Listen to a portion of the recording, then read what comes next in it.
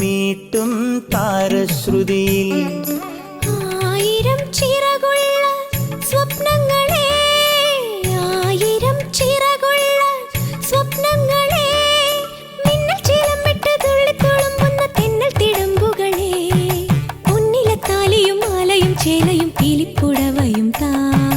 കളമൊഴി വെറുതെയോ കവിളിലെ പരിഭവം പിണക്കമാണു എന്നോടിണക്കമാണു. അടുത്തു വന്നാലും പൊന്നെ മടിച്ചു നിൽക്കാതെ മിടുക്കിപ്രാവിൻ നെഞ്ചിൻ മിടിപ്പു പോലെ